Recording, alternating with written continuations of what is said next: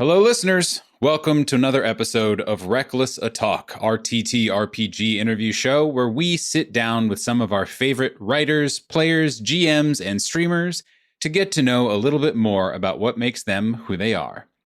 I am, as always, your host, GM Nathan. I use he, him pronouns, and I am so happy to present to you this frankly long overdue, very inspirational, and very fun interview with game designer and shitpost legend Lex from TitanomachyRPG. We talk about this a little during the actual episode, but Lex started a little ahead of us in the tabletop gaming space and was always somebody that I personally looked up to. Super creative, hardworking, consistent, and generally generous with their time and expertise, plus incredibly funny and thoughtful. Lex has designed many games across a variety of genres and systems, but they are probably best known for their Caltrop Core System Reference Document, or SRD. Now, for those who don't know, an SRD is essentially a general skeleton for creating a game system that everyone can use, usually for free and usually with attribution.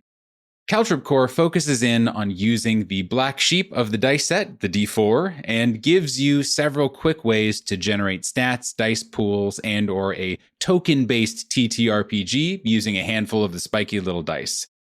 As of last count, at the publishing of this episode, more than 230 games have been published through Caltrop Core, and the document itself has been downloaded more than 2,000 times. It's really a wonderful tool that gave a lot of people just enough to create their own things, which means Lex has genuinely helped a lot of people realize dreams. In this episode, we talk about Caltrop Core, but also about self-expression, depression, perseverance, the importance of failure and growth, and shitposting. As always, if you enjoy this episode, please go check out some of our other Reckless Talk interviews and maybe even our actual play episodes. We have links to the things that Lex and I talk about in the show notes, including a Nighthawks VOD featuring some friends of the show, and links to all of their games over on itch. So please go check all that out and support them as they give full-time game design a whirl. With that, I'll see you next time.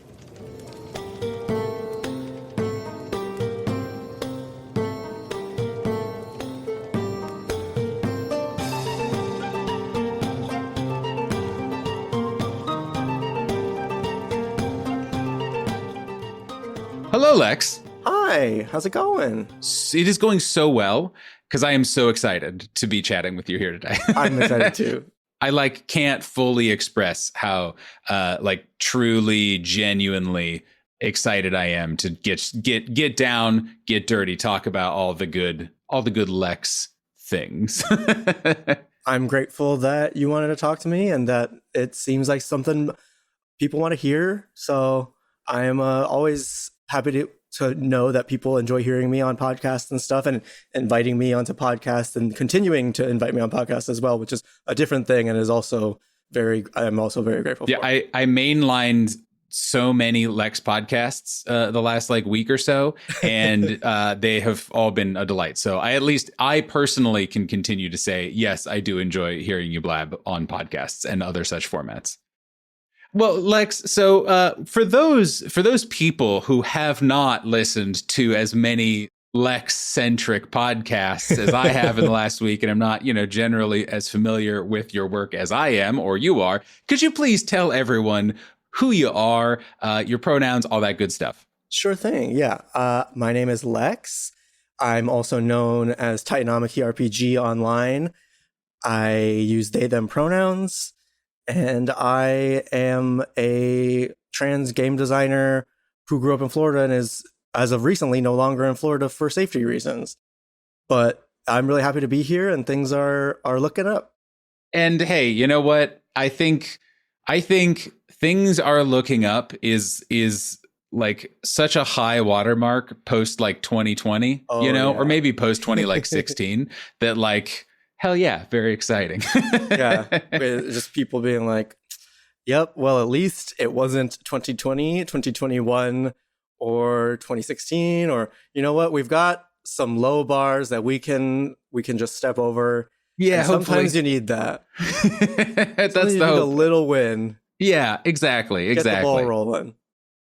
But hey, Lex, you have made so many different games. You have appeared on again a bunch of different shows as both the interviewed and as a player and game runner, and done all kinds of stuff. But that's not where we start on Reckless the Talk. We like to dig deep. We like to find that kernel of that little acorn that grew into, is it oak, right? That acorns, I believe so. The tree that it grows into, that is the you who you are today.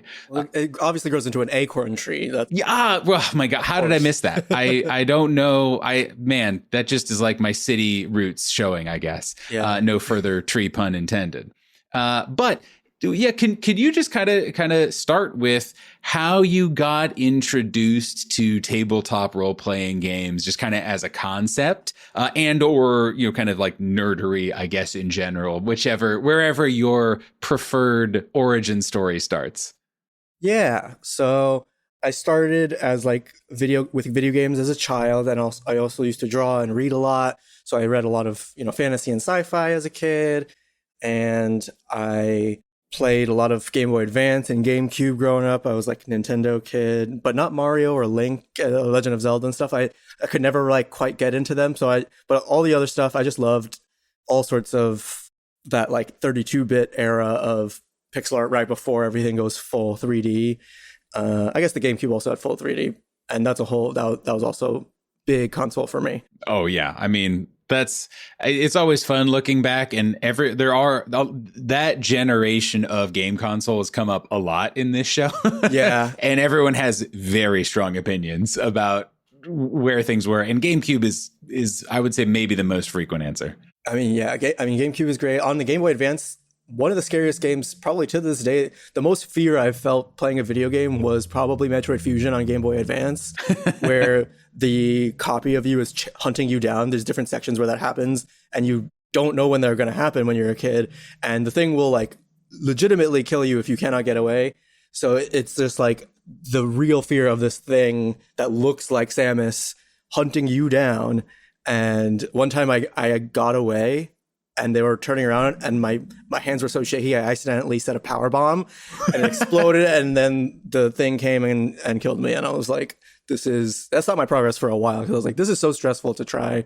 Meanwhile, I'm like 11 years old. And it's to this day, that game is so good at invoking fear. And I think that also is a sort of predecessor to my current love of horror and like certain horror elements. And then in like 2018, my brother, who's also a big nerd, we played, my younger brother, we played GameCube growing up together all the time. We used to play this game called Gotcha Force together, like 1,000, maybe more hours on it. Like he started running 5e for us using the like starter kit, the Minds of Fandelver. And we were all still learning how to play the game. And he had kind of figured some stuff out. And then I started listening to Adventure Zone and kind of picked up the rhythm of play from them. And then I started running games for my table about 6 months after we started playing. And my brother was in it. A couple of my best friends were in it. And I did a very me thing, which was like homebrew everything right from the start, and like made custom classes for my friends, except I didn't really know how to do that at the time. I know how to do that now. But at the time I was just like giving them cool stuff that I know they would like, because I knew them really well and knew what kind of like video gamey type stuff they liked. So that was really fun and gratifying. And we got like a good year or two into it. And then, of course, pandemic totally messes things up. Yep. And I go online and I start the Twitter account for TitanomachyRPG to start doing like an actual play show with my friends, just to have something to do. Was it going to be the same group of people? It was going to be two of the people from that group and one other person. People that I knew would work together well with me and each other. And that series was called TitanomachyRPG. And then I was like, all right, well, I'm on Twitter. I wanted to drum up some audience before we started, because we were still like developing the show and getting art and stuff. So I went online and I was trying to figure out what to do. I don't have like a social media marketing background, but I do have a copywriting, digital marketing background. So I started doing a little series of like character prompts where I would give like a weird multi-class in 5e and then people would comment to come up with a backstory that would make all of it make sense together. And I found that really fun because I really like wacky combinations in everything. And I think that's how I met Email Master Over Space over at Double DM, and probably a bunch of other people from the space. And eventually I started making my own like 5e stuff. I largely got, I think my first good idea, like really good idea for like getting more reach with the account was just making really wild off the wall subclasses. Oh yes. Because I love the job system in games. I love classes. I love, like, growing up I loved Fire Emblem on the Game Boy Advance because of the like promotion system and all the stuff and the sprites and how all the animations would go. And that's to this day, that's my favorite thing. So I like will write playbooks and then try to make a game around playbooks sometimes, because I'm just like, well, what is the experience of that person? And that's the fun for me, is looking through character options and being like, ooh, these are all like really cool mechanics. These are cool like story ideas. I find them really evocative and just like the most interesting part of TTRPGs in general, but also at least TTRPGs that have them, and as well as in 5e. And then I also did like, weird shitpost items and spells. Oh yes. I had a P is stored in the balls spell. That was the one that jumped. Like that's like the iconic one for me. Of your there's you have a lot of wild creations, but it was my like most liked tweet for a while, which is very funny. Apparently, I don't know if it was that one or if the Rickroll spell made it over to Facebook. Like it was one of those two spells that, like, someone sent me a screenshot of it being, going viral, or like, just being shared widely on Facebook. I'm like, all right, I made it. I jumped platforms. But then of course I also have a background in creative writing. So my background is very much like video games plus poetry and some fiction and stuff, literary fiction as a genre. Not saying that that's better than any other genre. That's what I was trained in. And for better for worse, that's the genre I studied in college. Nowadays, I like to do sci-fi stuff and any manner of weird game. I'm very much down for. Already, you've brought up so many interesting things that I want to ask you a billion questions about. So first, something that I thought was really interesting is, you talking about wanting to kind of immediately start homebrewing stuff, and how that was just like a primal urge that needed to be sated for you, even before, like delving too deep into the mechanics of the game, of like swapping things out and doing all kinds of stuff. So for you, where does that drive come from? Either then, kind of looking back, or still now, to be kind of tinkering with systems, to be swapping out flavor, to be kind of delivering on different experiences for different games, different people. Yeah, I always had sort of a creative streak. As a kid, I drew a lot. I found my old drawings when we were moving, and I was like, "Oh, cool! Like this Amazing. It's like, it's exactly what you think. It's perfect. It's a childhood notebook full of drawings."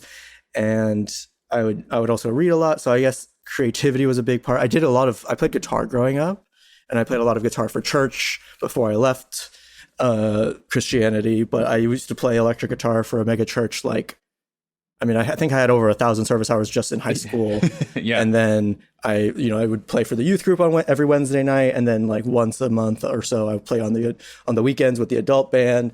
And we were a mega church that was still not big enough for like the number of attendees. So it was like Saturday and Sunday. I remember one time I played the Christmas, and for Christmas they do like 10 services. And so I remember playing Christmas one year, and it was like, I think it was like 12 performances. You said that like it was some sort of like a battle, So yeah. I remember playing Christmas 2028. Like, yeah. Oh man, terrible. Brutal Christmas. So I think where I reached there's a lot of reasons for stopping guitar, including its attachment to that whole thing in my experiences and memory, but also because at the time it wasn't as easy to just like get up and make music and like do your thing with, because this was, now I sound like an old head, but it was probably, I was like in early college when I was trying to like try to make my own music. So 2009, 2010 ish. So, 15 years ago now. Oh God, that's the worst thing you've ever said, right? in the history of the world. Because I think we are almost exactly, if not roughly, the same age. And that's don't say that shit. So yeah, is it what the fuck did you just say to me? Like, no. So it was getting easier, and I had like people in the worship band who would like try to hook me up with tech and stuff, like weird boxes that I had to hook the computer up to and the guitar things. It was a whole thing, and I think that really like killed my love for guitar as well as the other stuff, is like not being able to create with it. Because I think once I get to the point where I'm like, okay, I've gotten all the basics down, I have like a lot of experience playing in bands, I could create stuff and record it and it would be cool. And I like sort of got into it, but I could never get the guitar in there. So I was just using like a MIDI controller and like messing around and mixing stuff very poorly, and I to this day don't know how to mix stuff. It seems like magic to me. Like my ears can't hear what I'm supposed to change. It's like, it sounds bad, how do I fix it? But I also was started like taking writing seriously as a craft in like 10th grade in English. You have an English teacher who, I think there's an Onion headline who's like, English teacher ruins child's life by saying they could be a writer, which I don't feel that way anymore, but it's, I did creative writing and economics in college, but I got a BA in economics, so it's functionally useless. Yeah. But I do understand basic like labor theory and economics and statistics, so that helps with games and the games that I make, which are very like leftist, anarchist themed games. Yep. So it all came around, but no, yeah. So I realized the other day I've been writing for, I'm going to be 32 in a little bit here. So when I was 15, probably or so, I had that conversation. So 16, 17 years of writing in different forms as a job for the last 7 years before I went full time into tabletop games. Mm-hmm. I did that digital copywriting, like sales writing. I did fiction and poetry in college. I did some like travel writing for freelance things. That's the least fun of the things.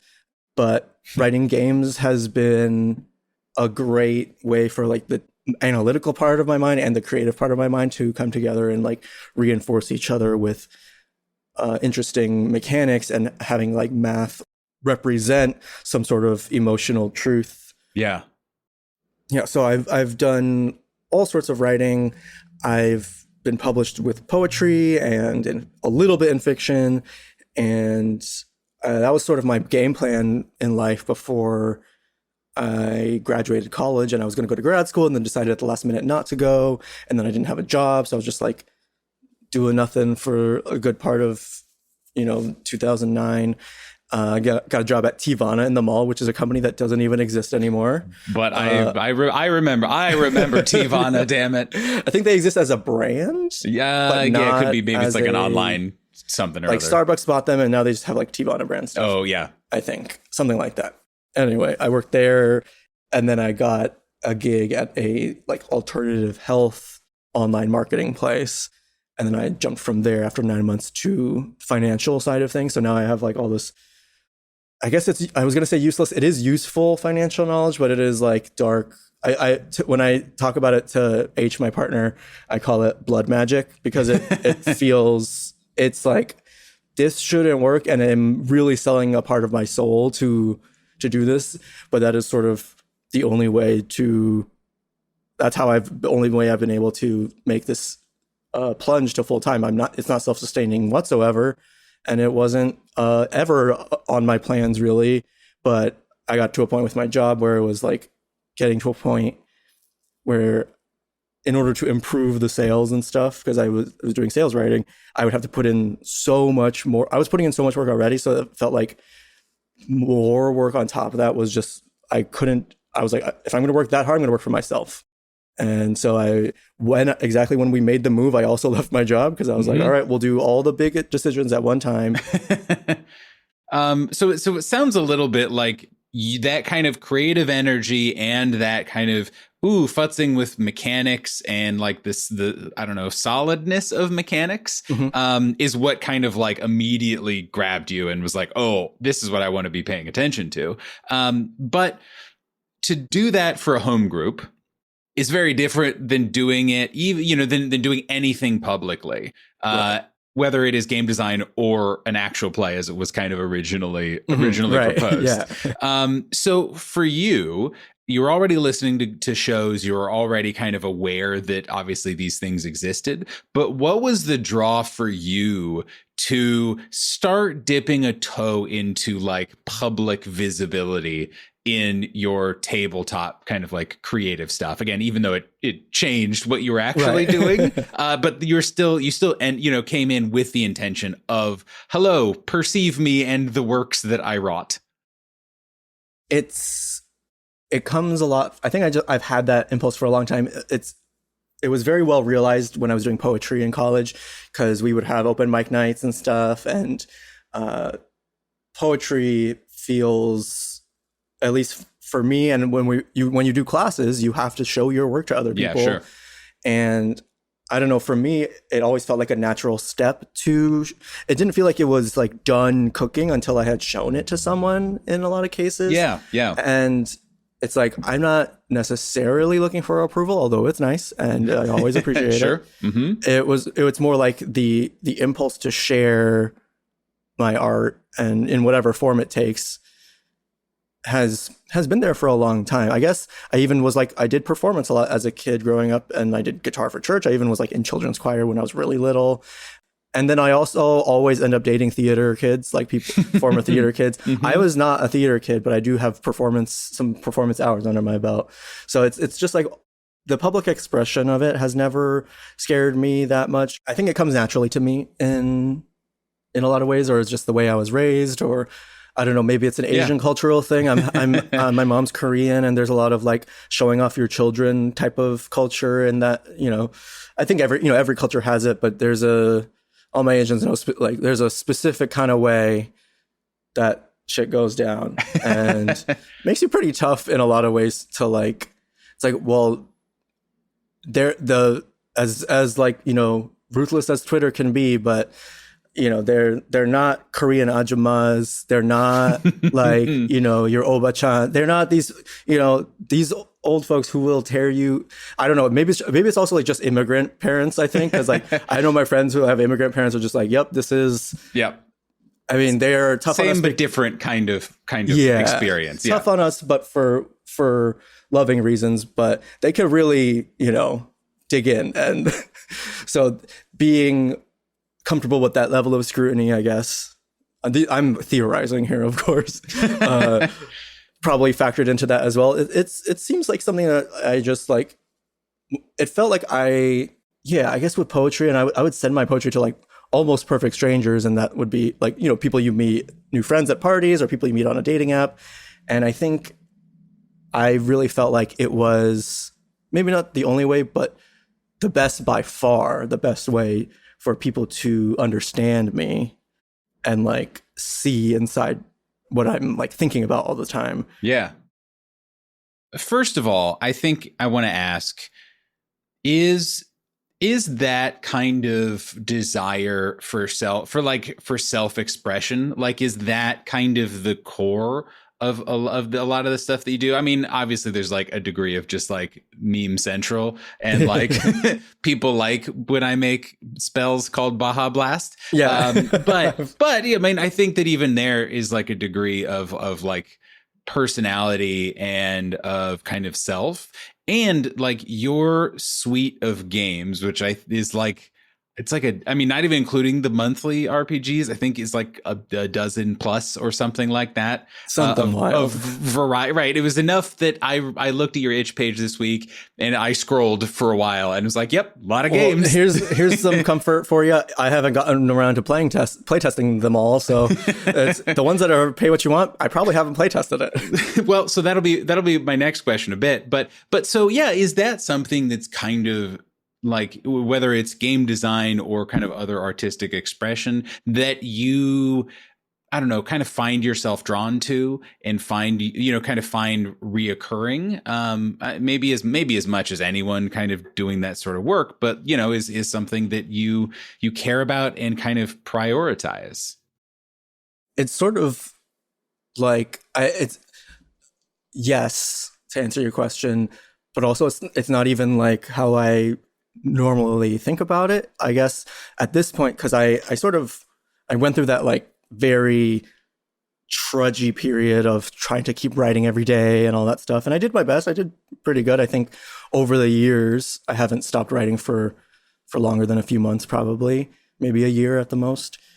And the drive is innate. I think it's not even like self-expression, because I know I just said like I did the poetry so that people could understand me better. Right. Yeah. But I think with writing in general, but I find myself, whenever I try something new, the excitement of like all the things that I still have to learn is one of my favorite things. Yeah. Trying new stuff.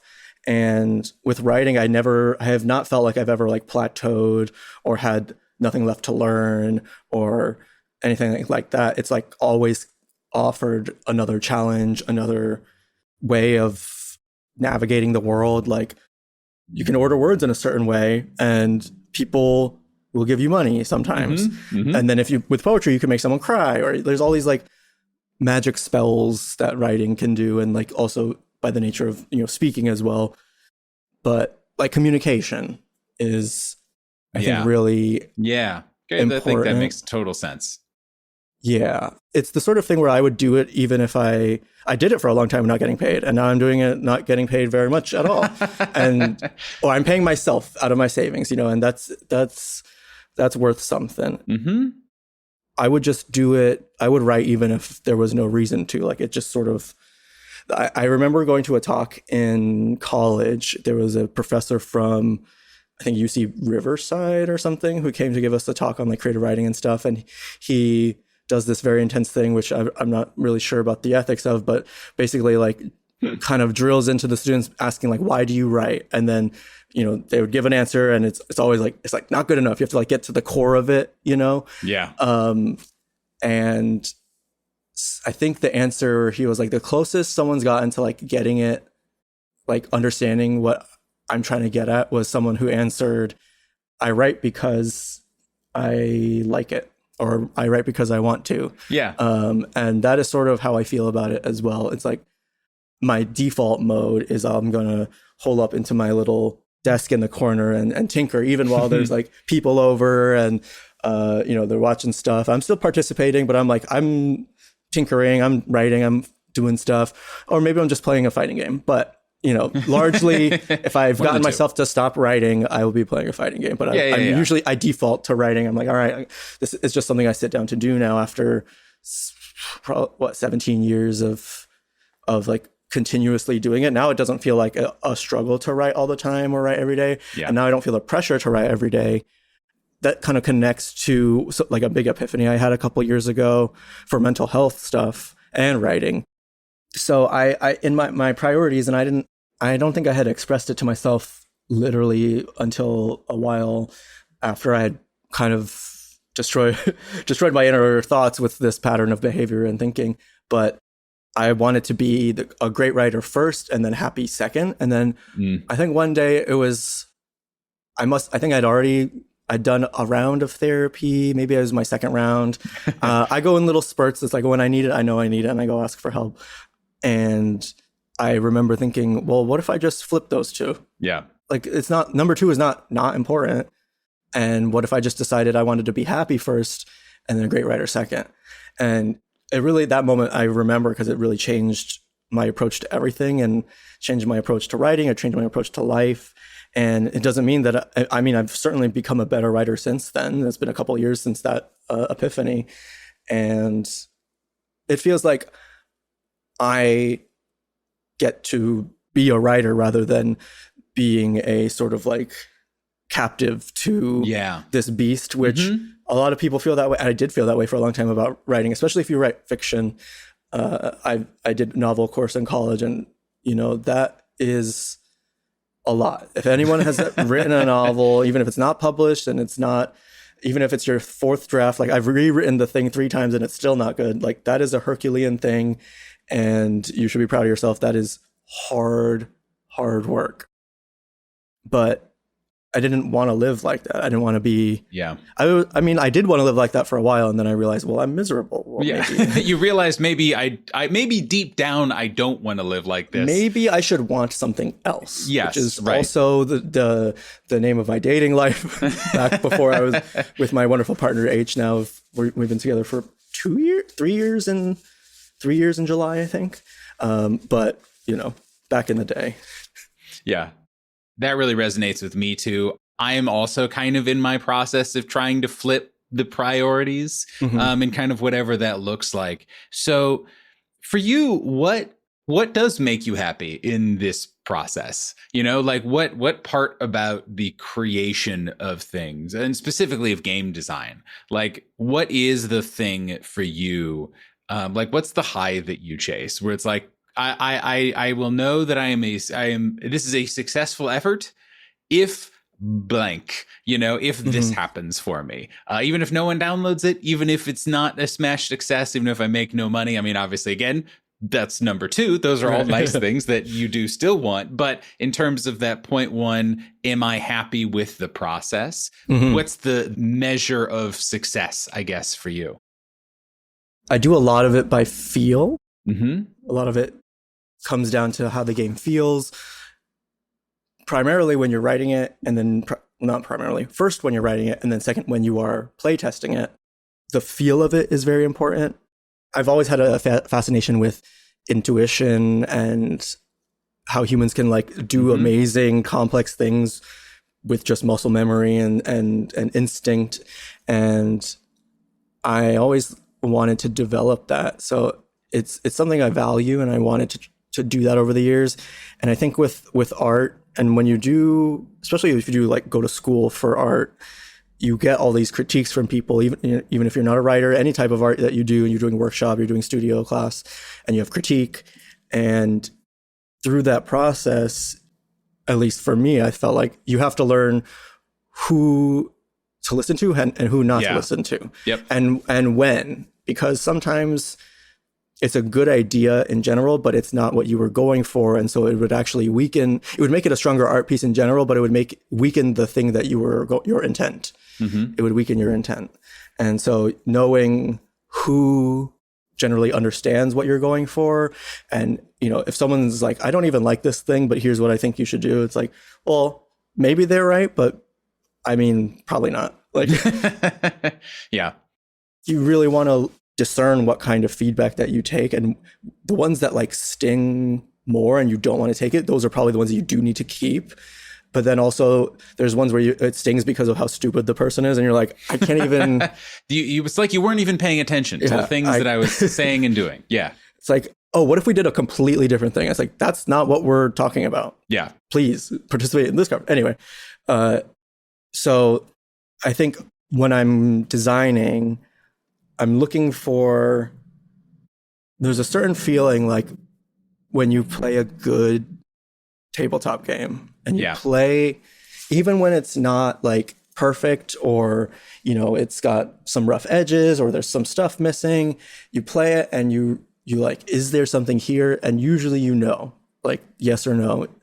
And if the answer is no, there's nothing here, that doesn't mean you have to throw it away. It just means you got to add something there, which is a playtest that I just ran I'm working on an anarchist bunny girl RPG that's going to be a full release for everyone, not just Patreon. That one's coming later this year. I playtested it recently, and I was like, I was shocked at how little I was like, how did I write all this and there's nothing here? Where's all the game? I wrote so much game in. I wrote so much game, and then there's no game. Yeah. I spent 24 hours kind of stewing and thinking about it, and I came up with a solution. But that's part of the process. I think for creatives, it's important to learn how to trust yourself and trust like what you want to do. And if someone's advice or their criticism would make your thing better, but it wouldn't make you happy, then don't do it. It doesn't, it's not this is for you. But a lot of people have trouble listening to themselves and what they want because of, and I did for a long time too. Christianity tells you to deny your cross and follow Christ, and it's the sins of the flesh, this, that, and the other.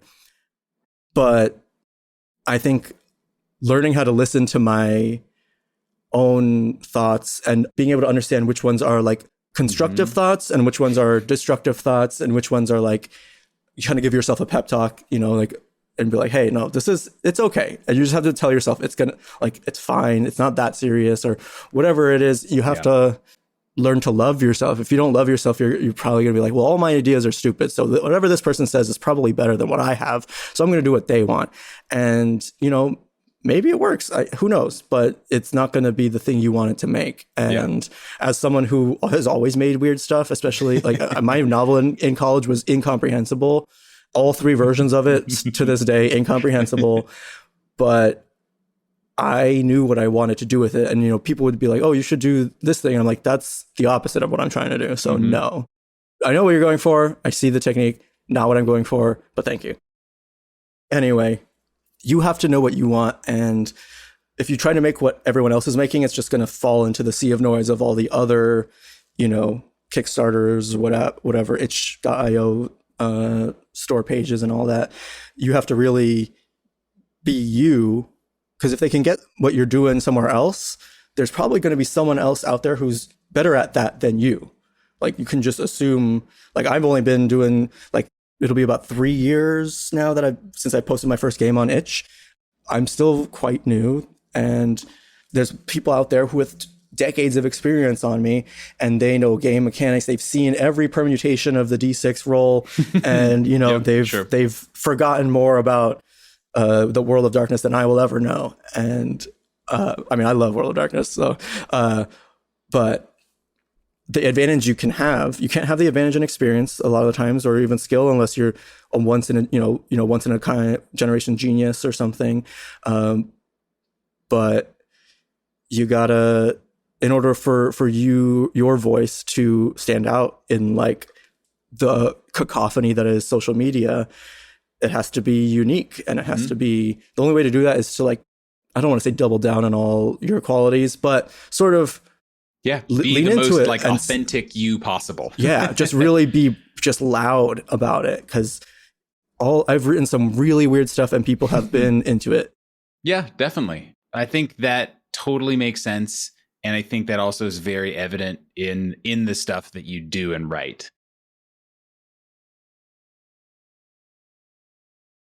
And now, a word from our sponsor.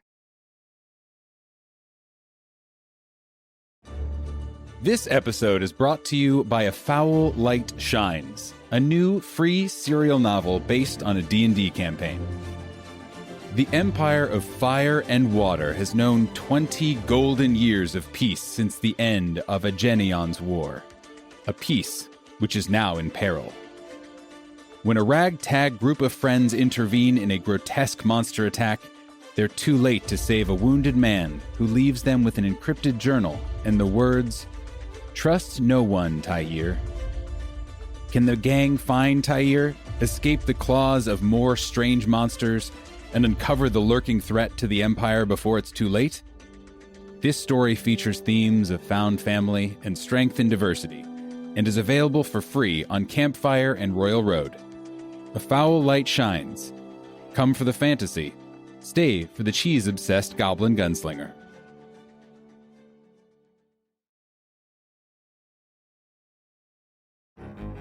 Dark Dice is a critically acclaimed actual play podcast brought to you by Fool and Scholar Productions. With over 20 awards in sound design, Dark Dice brings its horror-themed campaigns to life with snappy combats, terrifying monsters, and tons of original music.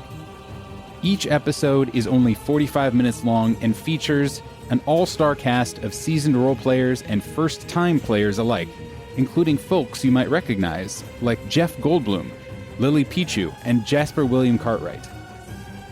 Start with Season 1 and follow the adventurers on their quest to investigate a doppelganger, or jump into Season 2 and listen to a new story about a terrible, corrupting sound that infects all who hear it.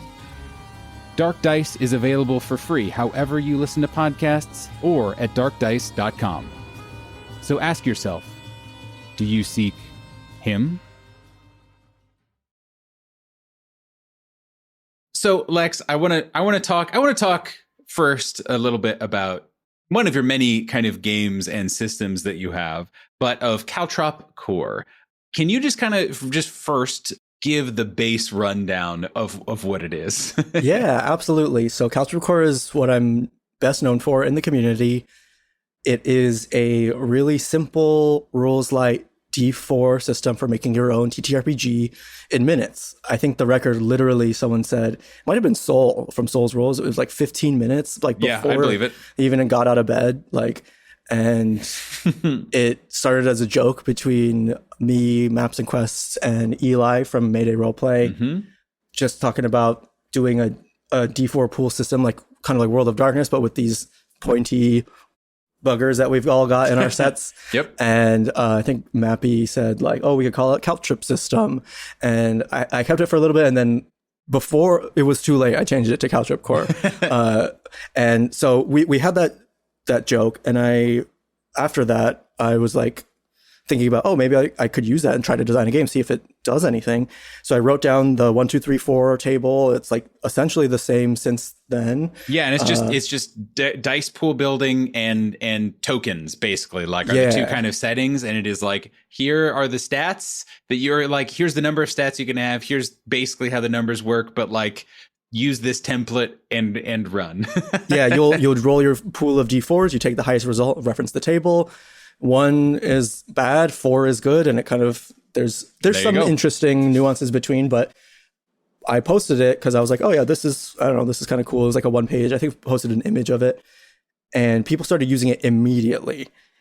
And I recognized that this was like a special thing, because if you've ever made anything online, you know how hard you have to work to get people to look at your thing. Yes. Like just even for a moment. Yep. And it feels like it's pulling teeth every time. So when it doesn't feel like that, you're like, oh, that's the time. That's where your effort can have the most impact. It's time to like pay attention to that. So like, let alone using it, like looking at it and being like, cool, this seems really good and like a reasonable thing. Maybe one day I'll take a look at it, but that's very different than like, oh, I did this thing because I have an idea for a game right now. And I've had people tell me that they've tried to write games for years and they've been in the hobby for like 20 years. They've tried to write games, have not been able to. And then the system came along and it kind of like unlocked the floodgates. And it's a really simple system. I even label the branding on it is an introductory game design SRT. So it gives you sort of, when I was a beginner, I was like, well, here's sort of all the basic tech that I've gathered from my initial readings of, Wander Home and Lumen and these other texts, Lasers and Feelings, Blades in the Dark, all the other Powered by the Apocalypse games. So let me condense some of this stuff into like really easy to understand. And that's what the rest of the document did. So I expanded on it in a larger document that gave people like step-by-step instructions on like, here's how you assign stats and here's how to look at genre and here's like some tips and tricks. And it really took off. It's the other day I checked, it's like 22,000 downloads, which is outrageous. And I'm so grateful. That's amazing. Like, people were telling me like, because I entered it into a number of bundles for trans rights, seeing as I am a trans person. And I've had people be like, oh, my friend like was talking about this D4 system that they got in the bundle that they can like make a game with. I'm like, it's me. That's me. That's wild. Yeah. So I don't think I'm particularly good at game design. I think one of my strengths, I think, is trying something new and not being afraid to be bad at it or look like I'm doing bad at it. It's like, hey, if it looks like I'm bad at it, that's because I'm bad at it. Yeah. That's the nature of being a beginner. And like being able to laugh at yourself and being able to be like, necessarily, I will not be perfect right now because I do not have the capability, experience, or knowledge to even attempt that. So you have fun with some failures, and then there will be plenty to be upset about later. Like you can just like have a good time now. I also created some more systems, kind of spin-offs based on I built Nighthawks on Caltrop Core, which was my debut game on the system. I wanted to show people that what the game could do. That's one where I wrote the game. It's based on the painting by Edward Hopper, and it's a game about loneliness. Mm-hmm. And at the time after I wrote it, I was like, is this, because I was still pretty new to playing games. I hadn't played a ton of RPGs. I was like, is this even fun? Is this even a game worth playing? And I went to testing, and like it was a resounding yes. Like I had the answer. I could tell. Yeah. And so we refined it a bit, and now it's also my first print publication. Oh, I didn't know that had already gone. I must have missed that. But congratulations. That's so cool. Thank you. Yeah, I bought a bunch of copies. I sent to send them to IPR. I have they're the ones who are distributing it. They've taken it to cons. Some shops have started buying it. So it's and I have the soft covers up. They're like $12. They're like really not expensive at all.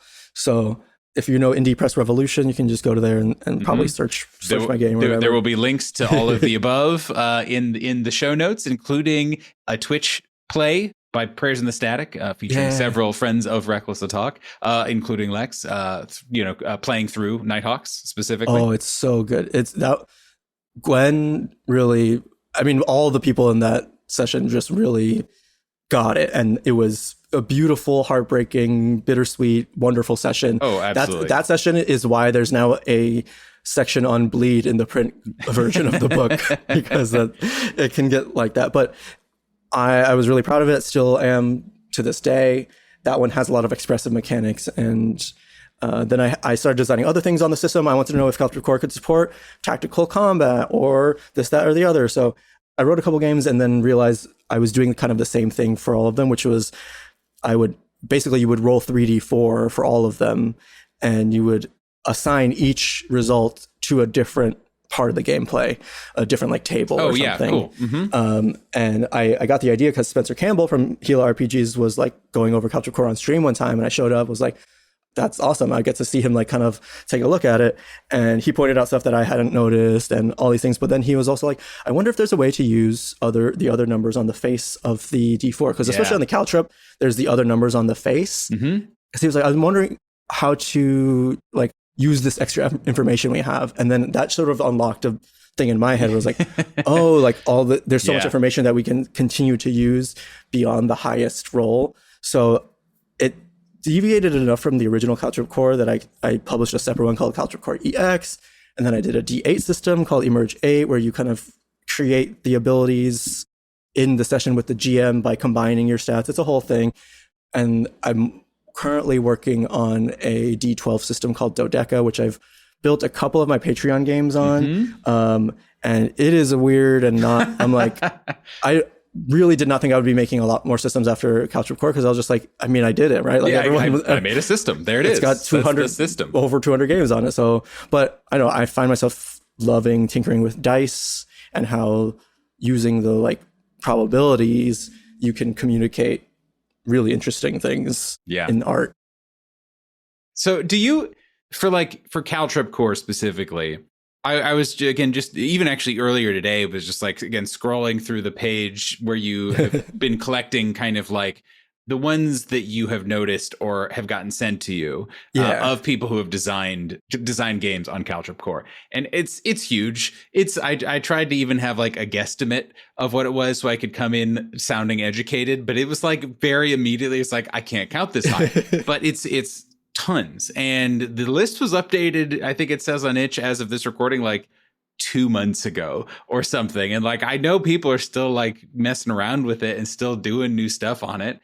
So do you now have an appreciation for how not just popular it was, but how empowering it was for a lot of people? You know, like you said, like a lot of people were like, oh, I've been working at it for years to try and get a game. And then, oops, hey, here's this one that I put together a game in 15 minutes. And there you go. Like, is that something that you've been able to like really appreciate?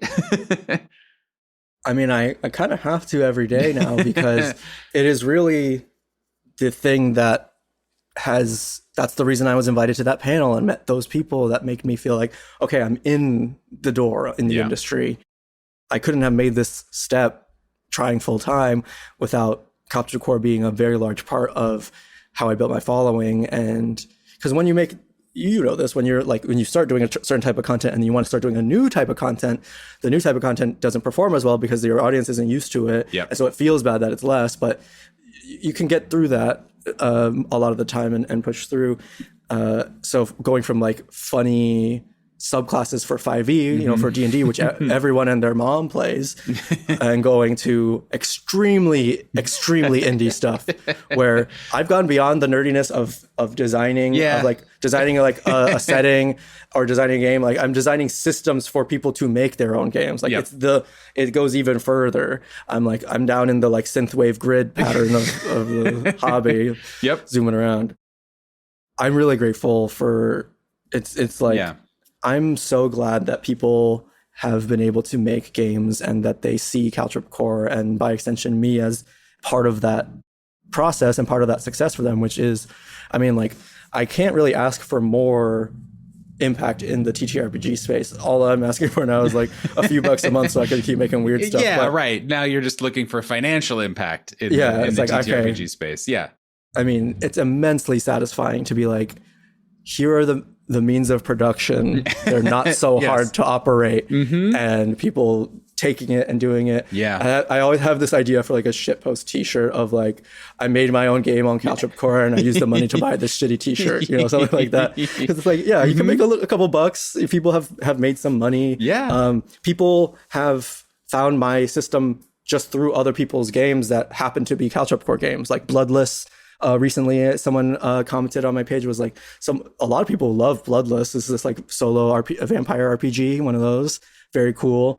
And that whole page was flooded with great reviews. And then someone came over to my page and was like, hey, just wanted you to know that, I found this through Bloodless, which is great. And this system is great. I was like, oh my God, it's amazing. That's, when you're not feeling mentally well, it's easy to look at the things you don't have, especially like comparing yourself to other creators who you admire and being like, well, I wish people liked my games the way they liked their games, etc., all this stuff. But it's like, I did something accidentally, but extraordinary. So there aren't really words to it's like the weirdest thing. And I'm like very happy. There's, by my last count, in the whole family of SRDs, which is like probably 80-90% Caltrop Core games, is like 236. Wow. It's literally hundreds. And that's most of those came from the 3 game jams I held in the beginning. I do mean to get around to doing a game jam this year. Guess it's time for another one, baby. 2024. We're definitely going to have like some patron game jams and some game jams for everyone. We're going to have some play tests. That's if you join the Patreon, you can join a play test for Bunny Girl RPG or This Blade Will Shatter. I do have Immortal Gambit out, which is out on my itch. You don't it's pay what you want. You don't need Patreon or anything. It's you can download for free. It's a 1-page mecha game, because I always love mecha games, but I want to play in a Lancer campaign so bad one day. Someone let me in. Someone is. I've tried a couple times. One time we got one going, and then the pandemic hit, and it's just like, gosh, dang it. But this one, I personally grew up on Gundam Wing on Toonami when I was a young child, and I went back and watched it as an adult, like maybe 10 years ago, and was like, all the complex politics and like the emotions, and it's a very poetic Gundam series where sometimes you're just like, I'm not really sure what's happening here, like, but like Treize Khushrenada is standing in a black void of stars and monologuing with a rose. So, so it's got to be something. It's got to be something, right? So in this game, you all like choose a role in a battle. There's like the mech, the pilot, there's the rival pilot and the rival mech. There's the battle captain. There's all these people. You all play a different faction and you have your different goals for the battle. And I'm going to test that soon. I'm really excited for that. I was like really proud of that one, because 1-page games are hard. If you're starting and if you want to do your first game, I don't recommend trying to do a 1-page game. It's not easier. No, I've tried. It's harder in every way.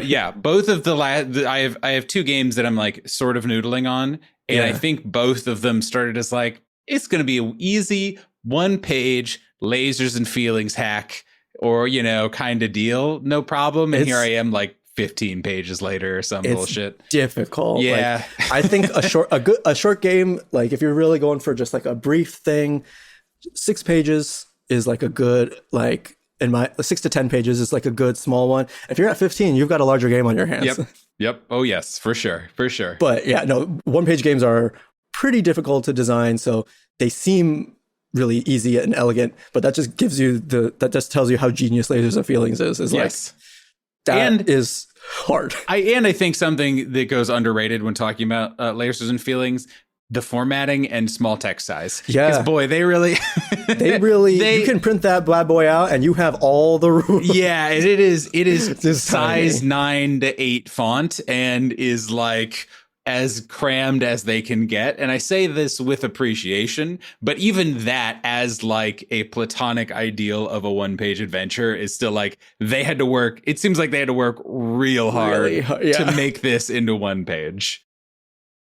I want to talk a little bit about the creative process and genesis for you who has written so many different games, but on your own system, on other people's system, on new things. But you hit so many tones and genres and vibes and levels of mechanics. And you do, just like, it seems like at face value, a real wide breadth of styles of game. Mm-hmm. So I guess kind of first, where do you start? Like, what's other than, oh, hey, I made this SRD and maybe I should see if there's a game in it. Mm-hmm. Do you start with mechanics? Do you start with a story? Do you start somewhere in between? What's that usually look like for you? It's a lot of following my own interests. And generally, I do start with like maybe some sort of interesting mechanic paired with like a very short weird blurb. Like legitimately the shitposts are great for game ideas because they do sum up something.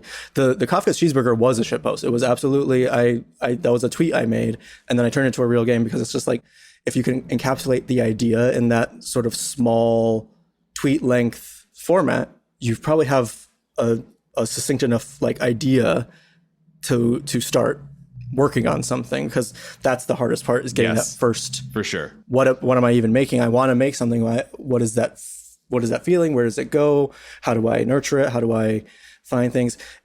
I write down my ideas when I have them. I try to find like just the weirdest stuff that I find really interesting or would be a challenge. Like the Bunny Girl game came from a shitpost that was just like Bunny Girl OSR, which is, it's not going to be an OSR game anymore, but that's sort of like where the idea of it started. It's sort of combining elements from different things. I think you'll hear a lot of creatives and people like that talk about bringing something from one field into another. For sure. And seeing it that way. So you could argue that like I'm doing that for poetry, but in gaming, like some of my games are more poetic. Like Hexfall is much more poetic and more of like a meditation on like, suicidal ideation and depression. Thank you. And then I did all the pixel for it too, which is wild. But I know. And that alone is like one of my, this seems dismissive, and I please take it in the spirit in which it is intended. The pixel art is like one of my favorite bits of it, because it's so evocative of that of what the feeling of the game is. Like adore that game, and Nighthawks, like both are like, ooh, I will just like reread them sometimes just to make me happy. that's so cool to hear.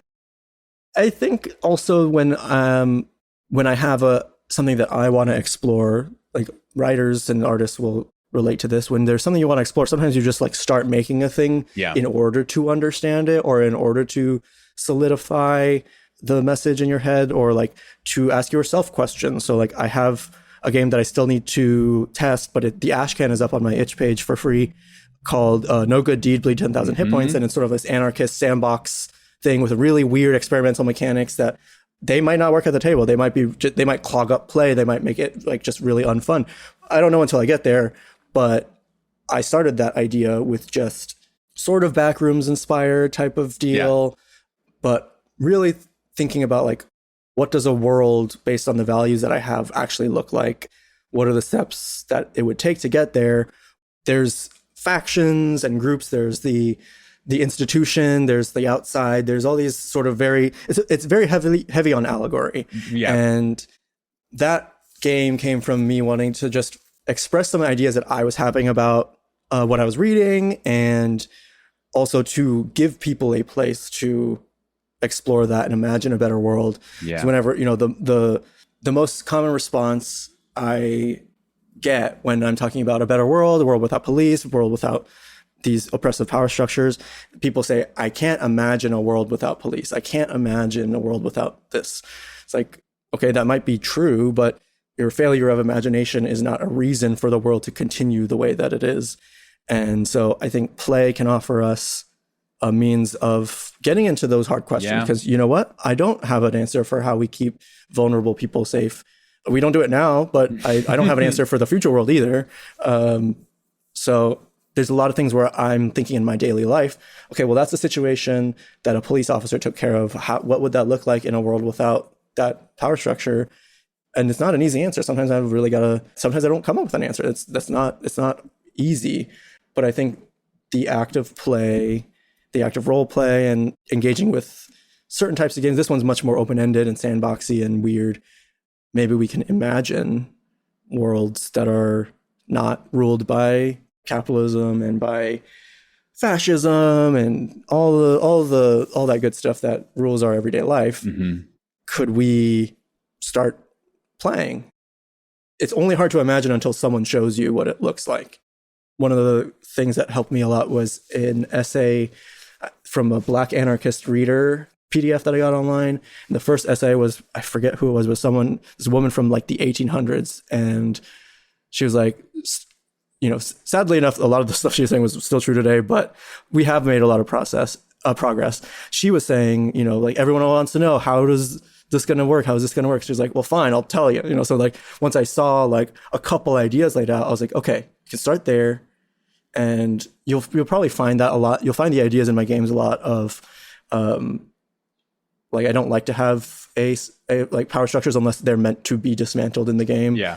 A lot of the times the setting, I'll try to make something where there's like guilds that interact with each other, or like there's some sort of governing bodies. Like when I say anarchist ideas, I don't mean everybody is just doing whatever they want all the time in chaos. I mean like the like philosophy, which I owe a lot of what I've learned to the Black liberation movement in the USA, which American anarchism, Black anarchism has its roots in that versus like European anarchism.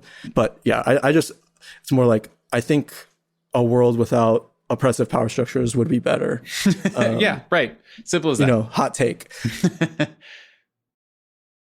What's the hard part of game design for you, if there is one? Like that's always something I'm interested in anyone who's doing a creative thing, but especially when they are doing it as a solo act. You know, like not everyone can be good at every single thing or enjoy every single kind of aspect of it. Is there part of game design or of being a full-time game designer that is like, yeah, this is the work? All the social media stuff was a lot of work. I did it for I was like basically grinding every day for 2 years. And now I don't grind so much. I'm just trying to use what I have now. So it's helpful to get to that point. These days, it's hard for me to like get a play test together. I think that's hard for everyone, but I'm definitely one of those people who I'm like, oh, I like to just generate a lot of stuff, and then having to go back and play test it is hard. And it's, you know, anxiety inducing, it's nerve wracking. It's like, all right, well, you really don't know how that game's going to play till you get to the table, and it could just be bad. Yeah, right. I find the like for the first game jam, I made a game that was like based on fighting games, and I tried to test it with my partner, and it was almost unplayable. It was, but almost unplayable. There was a part of there that was fun, and eventually I'll go back to it. I'm thinking of converting that to the Emergate system and maybe like trying to figure something out there. But I don't mind the revision part. I do like having the information. I don't like it's sort of, it's like being back in workshop class or critique. You're like, all right, everyone, play my game and tell me if it's sucks. Yep. Like yep. Oh, you didn't have fun. We spent 3 hours, 4 or 5 hours playtesting. You didn't have fun. That sucks. It feels bad. Yep. I don't mind the marketing stuff too much these days. I do mostly like more email and Tumblr, and it's not too bad. I did like writing emails a lot. That was easy for me. I wrote a ton for my last job. So it kind of is a well-worked muscle at this point. Layout is tough. You know, I'm not a trained graphic designer, and you can tell, but I've gotten a lot better over the years, and truly just brute force of make enough bad stuff and eventually it gets better. setting is hard too, because I know lots of people really love detailed settings and world building and stuff, and I really like mechanics and little levers to pull and all that stuff. So I do a lot of world building and setting stuff for each game, but only as much as is necessary really to get across the idea. And in the future, like that's what I do for like first runs of games. And then once I go back and play test, and if I decide like, okay, I'm going to beef this one up, then I start adding more. Like Hexfall, the game jam version was a certain length, and then I went back and did a whole expansion and got some more stuff in there. And that's something I really like to do. I have like a version 0.1 usually, and then, a couple versions in, and we have something that's a little more polished. But yeah, you know what? I enjoy it, but most of the process is hard. Yeah. The hard stuff these days oftentimes is stuff that it's fun for me to figure out. So, even if it's like scary marketing stuff, I'm like, no new subscriber. What am I going to do? It's like, well, it's fine. I'll just send another email. You just got to kind of like put your head down and do the work. My intent is to make this like a publishing company. So TitanomachyRPG will become like the publishing co, and I'll just be the head publisher or whatever. And eventually I'd love to publish other people's games. I just got to get a handle on my own first. But I would love to help people with the hard stuff, because a lot of it is, it's not hard. You just have to know how to do it. Yeah, for sure. Or like it's not hard in the way where it's like difficult. It's hard in the way where it's like, this is just it takes a lot of time, like time consuming work. Something else that I know you've talked about a lot before, but I think is super, super valuable, and I think was a real kind of through line through a lot of the stuff that you just kind of touched on, was the idea of trying a lot of stuff, of just chasing down whatever you're interested in, finding ways to make it work, and then you're kind of putting it out there and then just kind of letting it exist and people try it on. But part of that is a degree of kind of failure, right? Is that not every game is going to work. Not every playtest is going to work. Not every meme game is going to go viral. Pop off. Yeah, right. Exactly. You never know. And not every really sometimes personal thing, especially truly a lot of the games that you do where a lot of it is personal, right? Or at least kind of very influenced by personal stuff. There's a high risk of failure, and depending on how you define failure. Can you just talk a little bit to me about your experience and your views of confronting those sort of setbacks, of moments where it feels like you failed or that you yourself are a failure, Yeah. I think it's hard for anyone really to deal with rejection, because failure can just be like, hey, you're learning to rollerblade and you fell on your butt, and that's funny. You can laugh at yourself. Maybe Sure. You got a scrape, whatever. It's fine.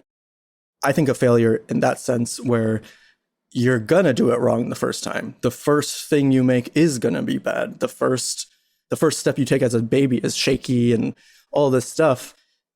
There are times when it feels like failure to me feels like rejection. And that's sort of why I brought that kind of emotion up early, because that's how it feels for me when it's sometimes, because I have diagnosed major depressive disorder. I'm on 150 milligrams of Zoloft and it helps a lot, but it doesn't fix me, obviously. So when I'm having kind of the down days and thinking about the really personal stuff that I've put out, and then you can't help but look at like, oh yeah, the numbers on Caltrop Core versus this other thing, which is not a fair comparison by any stretch, and it never is. But in your mind, it's hard not to think that way. You have the numbers in front of you on your dashboard. You've got all this stuff. So it feels easy to fall into those thought patterns. But when it comes up, it comes up. Like I don't have like a cure-all or anything. It's like you got to try your best to not like anchor your happiness to the numbers and stuff, but also number go up is, I mean, number goes burr. Yeah. Numbers are nice sometimes when they're good numbers. When they're good. I love good numbers. I hate bad numbers. Yeah. And I'm not just talking about like 420 as the nice number, but also 69. The bigger ones. Yeah. Bigger numbers are 420, always 69. gooder numbers, for example. Yes. Yeah. So that was something that I kind of wanted to talk about, because you and I were both entering into the sphere at roughly, definitely the same like generation ish of people. I think you hopped in again like it was January handful. 2021 where I started the Twitter account. Got it. Yeah. So we launched October 2021, and we're around like a handful of months earlier. So, but like again, it's around the same timeline. And I remember very specifically you / the account following us was one of the like big early gets for our our Twitter affirmation level, you know, where it's like, holy shit, Lex followed us. Now things are getting serious. But, you know, kind of, and that was even, I think, before Caltrop core stuff. Like you know, already had some fun stuff and some good stuff. And then Caltrop core exploded, you know, between you launching it, between the game jam, which I remember was like 100-some games in like a couple weeks, I think, right? The first two game jams both did 92 games exactly, which was weird. So huge explosion. It was wild. And that all also came in a period of time, at least for me and kind of anecdotally from other people that I've heard, in kind of like some high water marks in terms of like enthusiasm in the space. It was busy. Everyone was inside during the pandemic. Yeah. Everyone had free time to listen to shows and try new things and be on Discords and all that, you know, all that kind of nonsense. And then you drop Caltrop core, which is used to make hundreds literally at this point, hundreds of games. And you've continued doing stuff after that. But something that I was really interested in kind of talking to you about is that you have been around long enough, not to make it be like, yes, Lex, the old person who's seen it all. But like you've been around enough. You've talked very publicly about burnout, especially around being on social media and marketing and all of the bullshit therein. You've gone in kind of ebbs and flows of releasing games, of Patreon stuff, of all, you know, kind of everything. So I guess I just wanted to talk a little bit about what your experience of kind of that riding the waves of creation or being a public creator, I guess, capital P, capital C, has kind of been like for you, and how you've weathered it long enough to, I mean, not to be like too much of a bummer, but like to still be doing it, you know, like not everyone that started with us is still doing it for a lot of reasons, but like including just like, yep, it's not for me anymore, or I just don't have the energy for it or the time or whatever. So yeah, what's your experience been like, and how are you still here? Well, I mentioned Zoloft earlier, and that is the main one very big reason. Reckless Talk Therapy. That's been another episode. Everyone consider therapy might be right for you, as our medication is great. Like I really wish I had gotten on medication earlier, but you know, I'm the second most stubborn person I know, second only to my own mother, who is the only person to have ever defeated me in pitched stubborn combat. And the aforementioned mother. Yeah. So at first I was just doing it for fun because I liked it. And it was, you know, I had a job at the time that was paying well. So I had the luxury and privilege of being able to give stuff away for free and sort of just doing lots of fun, weird stuff and not have to worry about like bills or meeting the bottom line. So I was like, I can make things as weird as I want. This job is quite a blessing at the time. But yeah, it was like pandemic and I wasn't really hanging out. I still wearing masks because I have my own health problems. So I stayed inside a lot longer. So I had a lot of time to fritter away, and I was working from home. So I was able to just like be on Twitter all day and Discords and stuff and kind of just put in the grunt work on the boss's dime. Depression makes it hard too. It's hard to say exactly how I'm still here. It's a lot of little things, I think. Yeah, sure. I guess one big moment of my TTRPG career was Big Bad Con 2022. April Kit Walsh, the author of Thirsty Sword Lesbians, emailed me to invite me onto her panel about open licensing and TTRPGs and fostering creative communities. And Jay Dragon was also on the panel, who is a huge game design idol of mine. Yep. I credit Wander Home in probably like more than half of my games. Caltrop Core credits Wander Home and Lumen by Gila RPG, Spencer Campbell. Mm-hmm. And being on that panel with also Viditya Valetti was incredible. And I flew out there. That Sean, who's at Evil Hat and runs the con and stuff, was able to find some money for me to fly out there last minute, because I woefully out of the con scene, and it's something I have to get. That's one of my things that I have to start doing now. But going there and meeting some of my game design idols in person, just hanging out with April. She was super nice and just like introduced me to a bunch of people.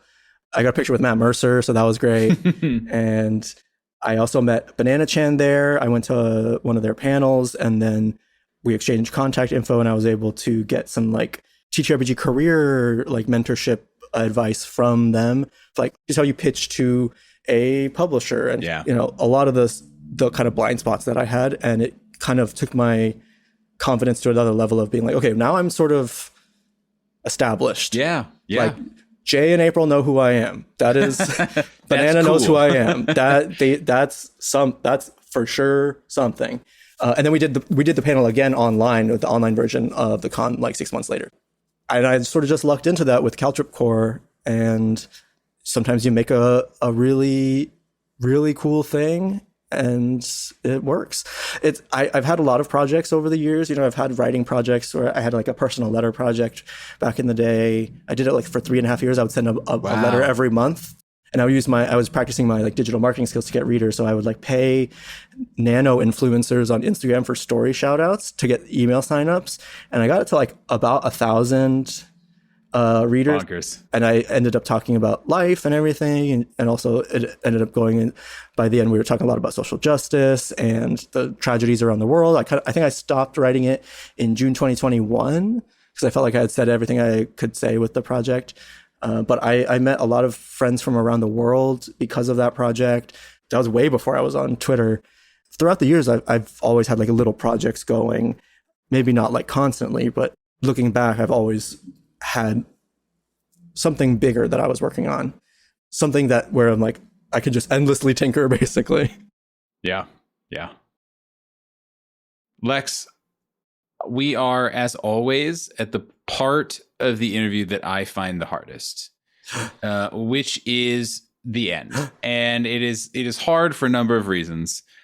A, because as expected, you have been a font of loveliness and of knowledge and just all kinds of great stuff. Well, and I have so many things that we didn't get to that I want desperately to hear you talk about, but we have, you know, like lives and brains to take care of and ways that we need to hydrate, you know, whatever else.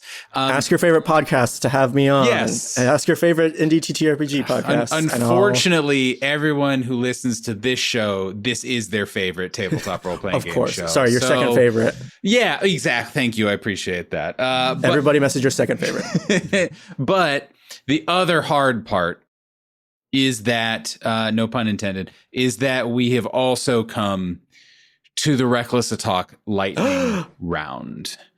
You know, if for those who are not familiar with this dreaded gauntlet, we ask all of our guests the same questions in the same order every single time. There are no wrong answers other than, you know, just like lying, I guess, but that's just because it's lame. These answers can go on as long as you wish, or they can be as short as you want, including one word, including, you know, I don't really have a good answer for that. And no matter what you say, I will try to restrain myself from asking follow-up nonsensical tangential questions or making jokes. And I will sagely pause and nod. Ah, yes, that is an answer. Interesting. And we will go on to the next question.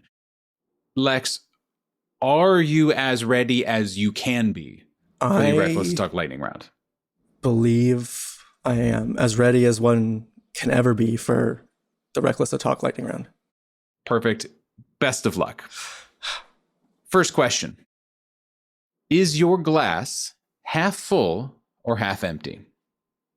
I like to think of it just, I've got a glass and it's got water in it. It is what it is. What excites you creatively, spiritually, and or emotionally?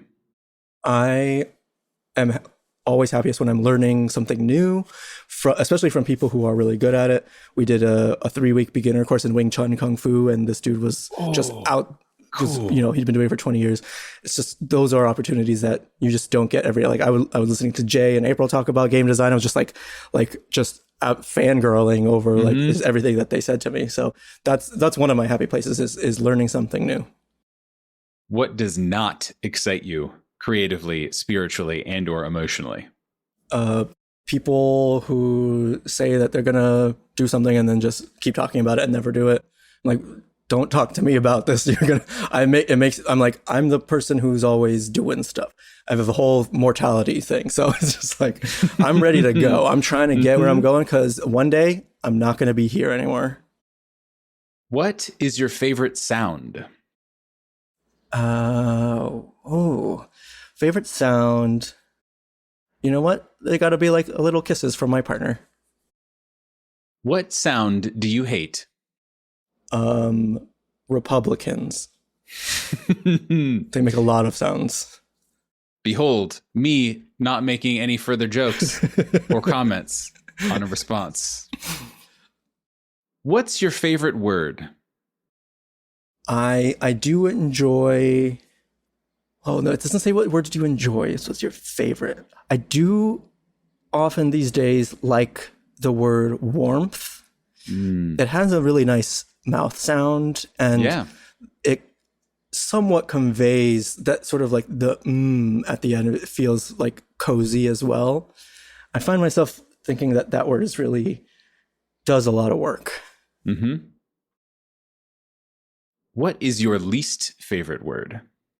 The only one I can think of, and I forget where I heard this, it might have been just like someone's poetry or something I got mad at when in college or something. I remember bitingly. That one really made me angry back when someone was using it, and I don't know why, but I remember it being, it just has like too much, it's two endings and, go light on the adverbs as well, but it's not the worst. It's not the worst word. Like, I don't hate the sound of it, but there's better ways to communicate that, I feel like. I mean, I had a reaction to you saying it. So, like, bitingly, legit. Bro.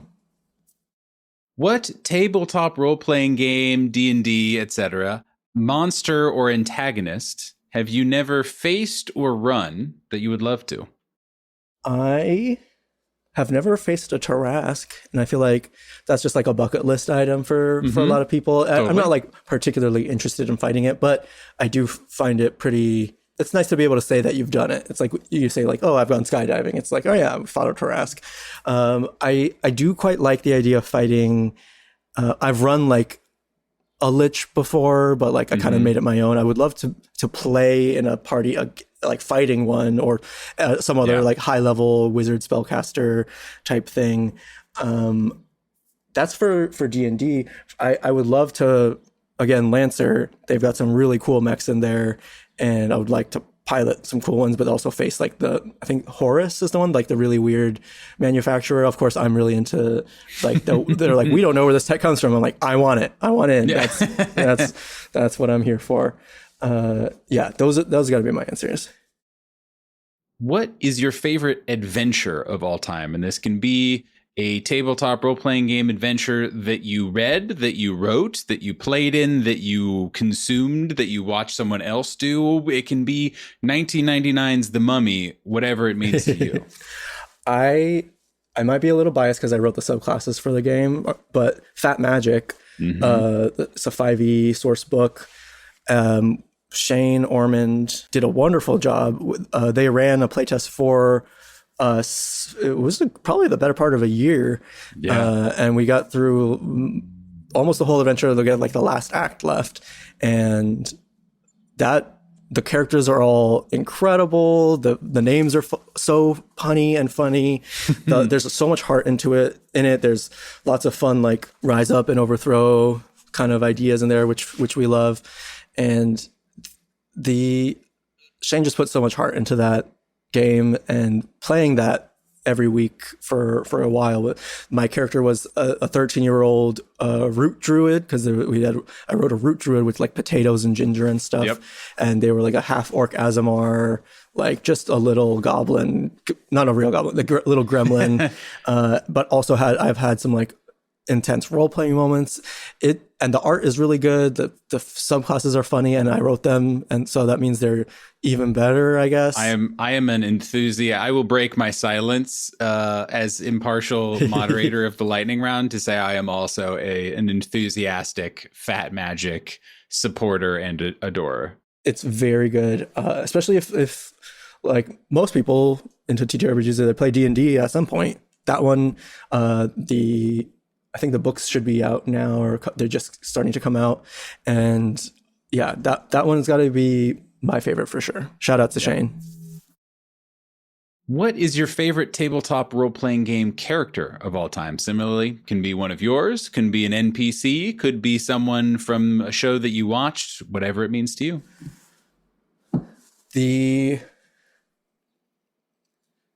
It's hard not to love Sang, that character from that campaign. It's totally a right choice, not a problem. The number of just hijinks that I would get into, and everything had to be food themed. So all my wild shapes had to be. So I had the crepe ape. I had the crepe ape. I would, and I couldn't. You can't talk in it, so I would just put a thumbs up and go ooh, and everybody would love it. What was the panther? It might have been like some sort of bread panther because of Pan.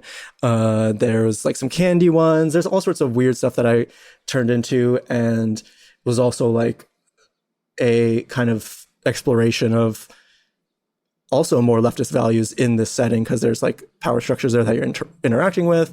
And, my character's 13 years old, so they're just like repeating stuff that they've heard about, like, power to the people and stuff. And then having to like see what that looks like as you actually, where the rubber meets the road was also where I was in my activism, and still am to this day, of like, okay, well, what's the real thing that I can do that's actually helpful, and not just talking, or not just doing something that puts a Band-Aid over it, and I remember having just like beautiful and like very like real rage as the character, like with people like making us clean up their messes throughout the whole story, and at a certain point, like I think my character almost died, and then like was just like, y'all gotta get your fucking shit together. Like it was one of those where like people were like after the fact were like, are you okay? I'm like, oh yeah, no, that was just but that's how you role played really hard, is when everyone after is like, are you really mad? I'm like, I was having a great time. I was just getting some stuff out. Don't worry about it. I thought it was a normal reaction for the character to have at this point in the story, because it was like after all a bunch of just, I think I jumped into a fireball to save my friends and all this, wild stuff. That character, that character is definitely up there for me. Lex, final question. What gives you hope? I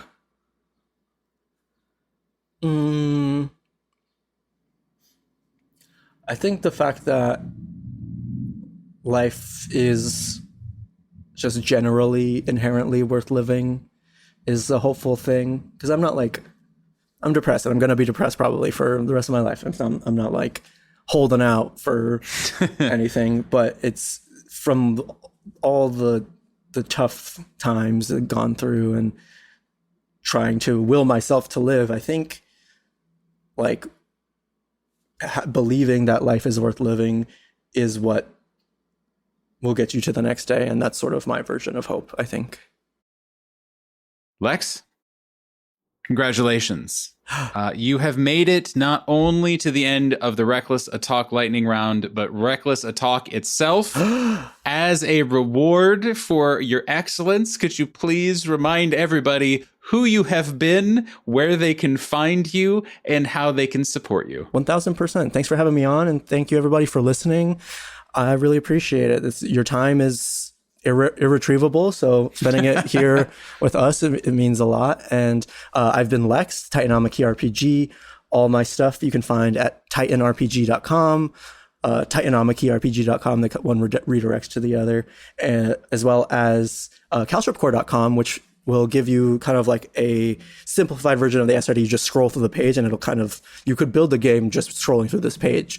It's free. I just have it built so that people can reference it online. You can also find me on Patreon, patreon.com/TitanRPG, TITAN-RPG. That's where I'm putting a lot of my effort and focus these days. I'm releasing fully laid out games for the most part every month for tier 2 subscribers.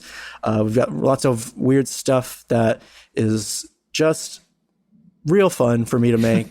And even if you can't, downloading Caltrop Core for free and making a game is more than I could ever ask for anyone, from anyone. So if you do that, that it means just as much as any subscription or anything. So yeah, Lex, TitanRPG.com. Check it out.